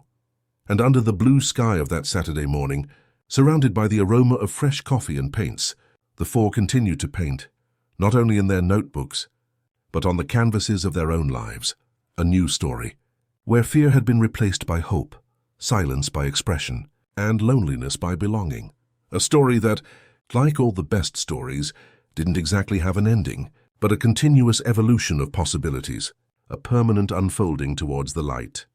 3 years had passed since that Saturday morning in the garden, a time that invisible weaver had worked delicately, transforming wounds into scars, marks that, although they remained, no longer caused sharp pain with each touch. Olivia and Chiara, now 10 years old, ran down the stairs of the house, their backpacks swinging from their shoulders. Their hair, which now grew freely according to their own choice, was braided in different ways. Olivia preferring a single side braid, Chiara opting for 2 symmetrical braids that framed her face. Small aesthetic choices that symbolized something profound, the freedom to be distinct individuals, not reflections of each other. "Dad." "Rose, we're going to be late for the ceremony," Olivia called, her voice echoing through the cozy house that now truly felt like home. Victor appeared in the room, adjusting his tie. "We still have 40 minutes, little one. Breathe." Chiara laughed, a crystalline sound that still surprised everyone who had known the girl during her days of traumatic silence. "She's excited, because she's going to receive the award for Best Science Project. Isn't that right, Olivia?" Olivia blushed slightly. "It's not certain that I'm going to win." "It's practically a certainty," Rose interjected, descending the stairs in a simple but elegant navy blue dress. "Your volcano functioning with a real chemical reaction was impressive, and your research on geological processes was at the level of a high school student." The pride on Victor's face was palpable as he watched his daughters. It wasn't just because of their academic potential, but because of what they represented. Children who, despite early trauma, had found a path to healing, to confidence, to genuine joy. The trial against Helena had been long and at times painful. It had lasted almost a year, with postponements, legal maneuvers, and the constant battle between Helena's legal team and the prosecution, supported by Raphael's expert testimony.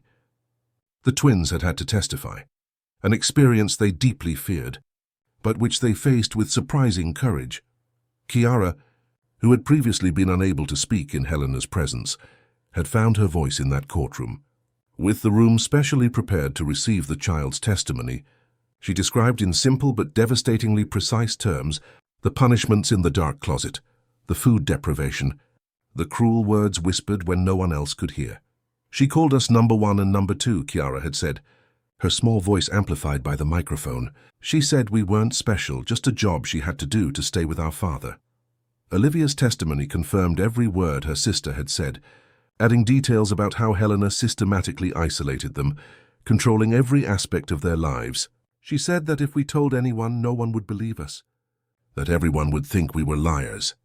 The court also heard from Anna, whose recording had been crucial to the case, and several other witnesses, from temporary staff at the mansion to child abuse experts who analyzed the girl's drawings and behavior. Finally, after months of legal battle, Helena was convicted, not only for the psychological abuse of the twins, but also for the financial fraud uncovered by Marco. The sentence included imprisonment and financial compensation, part of which was earmarked for funds to treat children who are victims of similar abuse. But for the twins, The real victory wasn't in punishing Helena. It was in the life they had rebuilt, day after day, moment after moment. A life where they could be real children, not just survivors in constant self-preservation mode. Now, 3 years later, they were heading to the awards ceremony for the regional science fair, where both had presented projects. Olivia with her chemical volcano, Chiara with a complex model of aquatic ecosystems. "Remember," Victor said as they got into the car, "regardless of who wins any award today, I'm already incredibly proud of you two." Rose, sitting beside her, smiled. "And if you get nervous during the ceremony, remember that breathing technique we practiced." The relationship between Rose and Victor had evolved gradually, with the caution of two adults aware of their responsibility towards the children involved. It had begun as a partnership focused on the well-being of the twins, transformed into a deep friendship, and eventually into something more. It was only the previous year, after carefully consulting the opinions of Olivia and Chiara, who, to no one's surprise, were enthusiastically supportive, that Rose had moved into the house. The wedding, an intimate ceremony in the same garden where so many Saturdays had been dedicated to painting and restoration, had taken place just 6 months earlier. At school, Olivia and Chiara had transformed. Olivia, once withdrawn and hypervigilant, was now an active student, frequently raising her hand to answer questions, participating in the science club, and even occasionally in school theatre. Chiara, who had carried the burden of selective mutism, had discovered a passion for writing and music, channeling her experiences into poems and songs that surprised with their depth. Both still attended therapy, although less regularly. Occasionally, specific situations still triggered anxiety reactions. Olivia became particularly agitated in small, dark spaces, while Chiara still struggled with moments of acute insecurity when she felt she had made mistakes. But these reactions diminished over time, replaced by healthy coping mechanisms they had learned to develop. Upon arriving at the school for the ceremony, they were greeted by Agnes, whose relationship with the family had strengthened considerably in the preceding years. After overcoming her initial guilt for not having given more credence to Rose's concerns, she had become a staunch ally in creating more robust school policies to identify and prevent child abuse. "The stars of the night have arrived," Agnes exclaimed, hugging the twins. The judges were impressed with their projects, and Chiara's panel on how art helped her emotional recovery. "Well, it moved a lot of people." The twins smiled, accepting the compliment without the painful embarrassment they previously felt when receiving any positive attention. Inside the auditorium, they found reserved seats in the front rows. As the space filled, familiar faces began to appear. Viola, still formally involved as the family's social worker, though now more as a friend. Marco, whose series of reports on the case had won an investigative journalism award and triggered a wider investigation into abuse in elite families. Raphael, who in addition to legally representing the twins, had become a consultant for reforms in child protection laws. And surprisingly, Anna, who had found a new purpose as a children's rights advocate, frequently speaking at schools and community centers about the importance of recognizing signs of abuse. "Look, Theo came too," Chiara whispered to Olivia, pointing to the psychologist who had accompanied them during their months at La Horizonte and continued as an occasional consultant afterward. That support network, formed in the midst of the crisis, had solidified into something that went beyond their original professional roles. They were people united not only by the specific case of the twins, but by a shared vision of child protection and community responsibility. The ceremony began promptly. Projects from various categories were awarded, each representing the creative and intellectual potential of the children in the region. When the time came for the natural sciences category, in which Olivia was registered, the tension was palpable. And the Excellence in Natural Sciences Award goes to Olivia Allianz for the project Volcanic Processes and Geological Impacts. Applause echoed through the auditorium. Victor and Rose exchanged emotional glances, while Chiara hugged her sister with genuine enthusiasm, without a trace of envy. "Go for it, Livy. You deserve it." Olivia stepped onto the stage, her hands trembling slightly, not from fear now, but from positive emotion. Upon receiving the trophy, she looked at the audience and, Instead of simply thanking them and leaving as she had planned, she approached the microphone. "Thank you for this award," she began, her voice small but firm. "I want to thank my family, my father and Rose, who supported me in every experiment, even when I was making a mess in the kitchen." A wave of affectionate laughter swept through the audience. "And especially to my sister Chiara, who always believed in me even when it was hard to believe in anything good." An understanding silence settled in. Although the details of the twins' case weren't widely discussed at the school, the community knew enough to understand the depth of that simple statement. "I've discovered that volcanoes are a bit like people," Olivia continued, surprising everyone with her unexpected eloquence. "Sometimes too much pressure builds up beneath the surface, and when it finally explodes, it can seem destructive. But then comes new life, new beginnings. That's how nature renews itself." Victor couldn't hold back his tears as he listened to his daughter's innocent yet profoundly revealing metaphor. Rose squeezed his hand, equally moved. Olivia's words, though phrased in simple scientific terms, were a perfect description of the healing journey they had taken together. Later in the ceremony, when Chiara received an honorable mention for her project on ecosystems, she took to the stage with the same quiet confidence she had been developing. Her acceptance speech was briefer, more poetic, reflecting the natural difference between the sisters' personalities, something that was now celebrated, not suppressed. After the ceremony, there was a small reception in the schoolyard. While the twins mingled with their classmates, receiving congratulations and admiring other projects, Victor, Rose, and their friends watched from a distance. Looking at them now, "It would be hard to imagine everything they went through," commented Viola, who had followed the entire process from the first tense moments at the Allianz mansion. "Children are incredibly resilient," Theo replied. "But make no mistake, the healing work continues even when it's not visible. They will carry this experience forever, but not as a sentence, as part of who they are." Marco, who had become a frequent visitor to the family home, nodded in agreement. What was most impressive was how this whole horrible situation triggered positive changes beyond itself. "My series of reports led to a review of child protection protocols in private schools. Raphael managed to move forward with legal reforms that had been stalled for years. And don't forget about La Horizonte," Anna added. "With part of the compensation that Victor directed there, they were able to expand their facilities. They are now caring for twice as many traumatized children." Rose watched the twins from a distance, feeling that familiar mix of pride and a slight tightness in her chest that never completely disappeared. No matter how recovered they were, no matter how happy they were now, there would always be a part of her that remembered those two little girls trembling on the sidewalk, sweeping barefoot on a cold morning. "In the end, what made the difference was simply not looking away," she said softly. "How many Olivias and Chiaras are out there, waiting for someone to simply refuse to ignore the signs?" Victor put his arm around Rose's shoulders. "That's why your work is so important. All of you." He looked at the group, the journalist, the social worker, the lawyer, the former governess, the psychologist.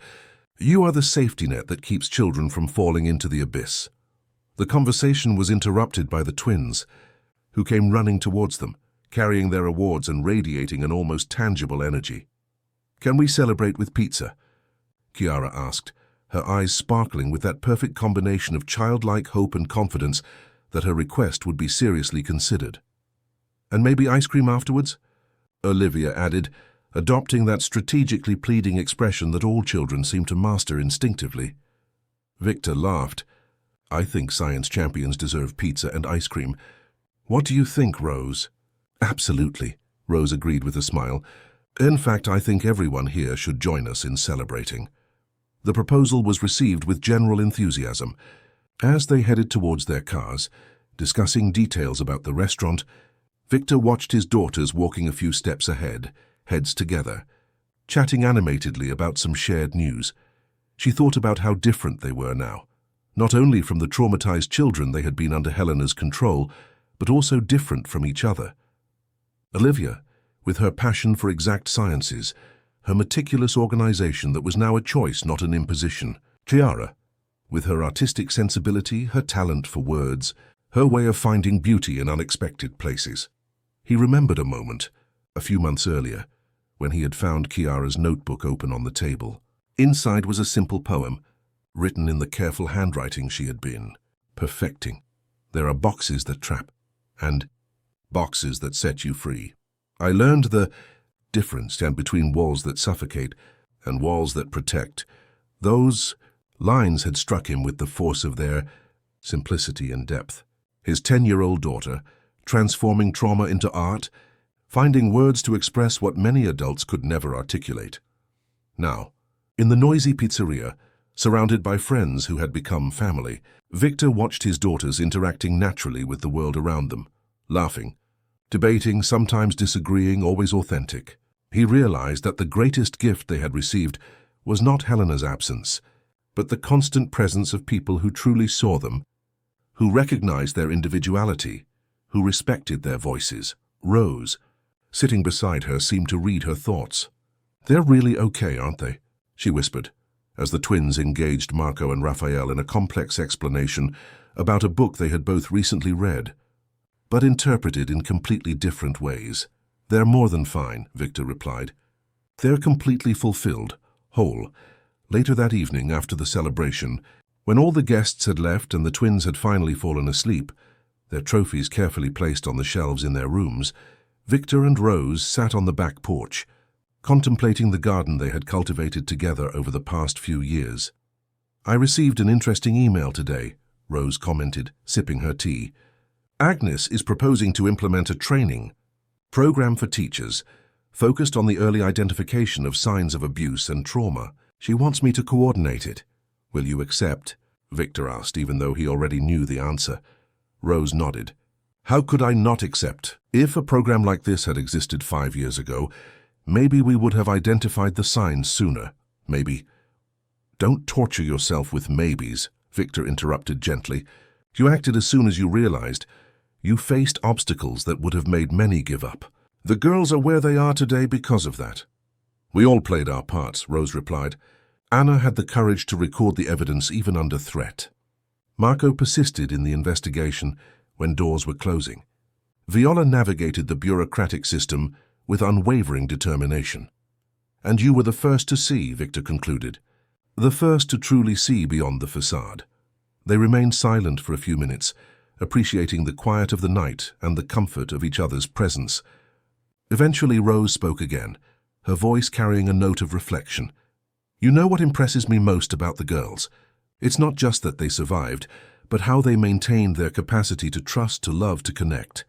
After everything Helena tried to take away from them, their individuality, their voice, their connection with each other, they not only recovered that, but strengthened it." Victor agreed. It's like Chiara said in that poem, they learned the difference between walls that suffocate and walls that protect. "Did you read her new poem?" Rose asked.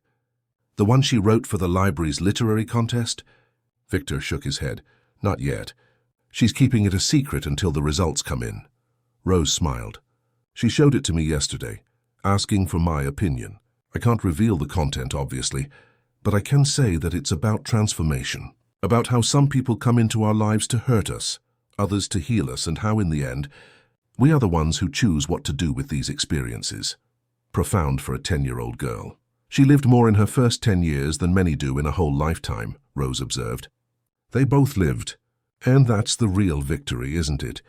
May they transform this experience into wisdom, not bitterness." Inside the house, a faint sound caught their attention.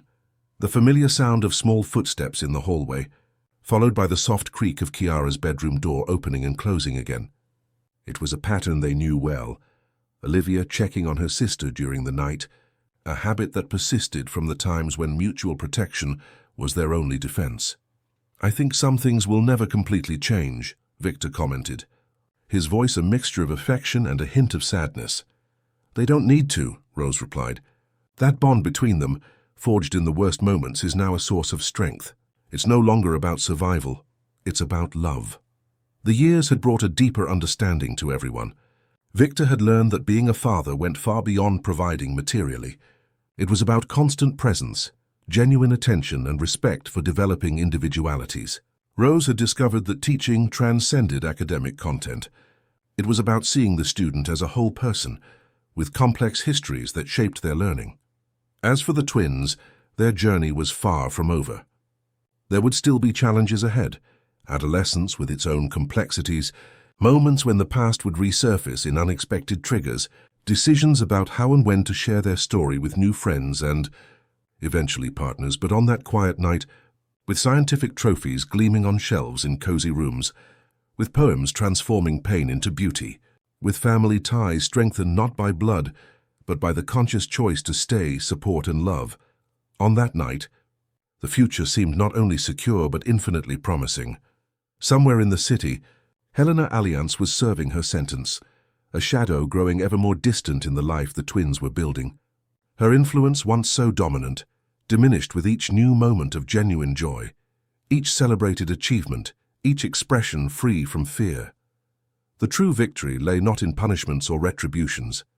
It lay in the patient, daily rebuilding of lives that now flourished under proper care, like plants that, after surviving adverse conditions, finally find fertile soil, abundant water, and enough light to grow to the fullness of their nature.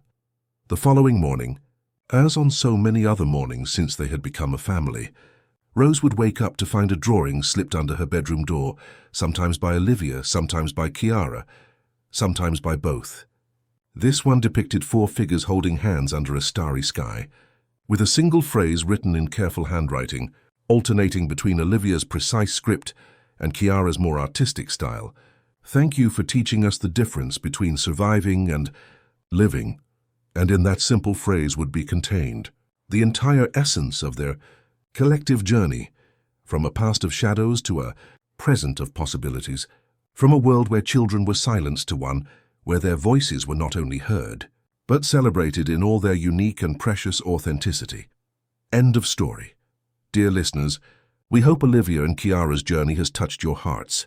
To continue this emotional experience, we've prepared a special playlist with equally captivating stories. Find it here by clicking to the left. If this narrative moved you, don't forget to subscribe to our channel and like the video. Every day we bring you unique stories that explore the complexity of life and the strength of the human spirit in the face of adversity. Share your own experiences in the comments. Your voice is important to our community. After all, as we learned from Rose, sometimes all we need is someone who truly sees us. We look forward to seeing you in our next story.